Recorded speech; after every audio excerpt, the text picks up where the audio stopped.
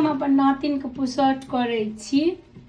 तो हैया हम बगिया बनेलहुँ हँ। हैया देखियो गरम पानि देने छियै आ एहिमे देबै हँ तहन पुसौठ करबै। नातिन के सेकब सेहो अहाँ सबके देखाएब।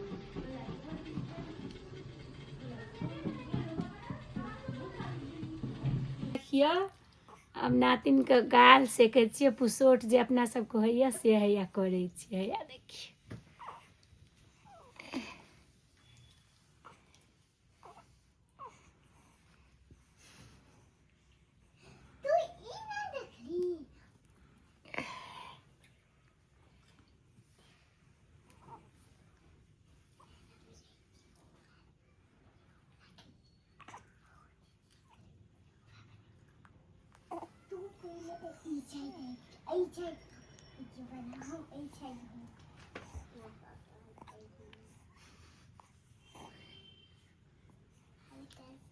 हमरा नातिन के पुछौत भऽ गेलै।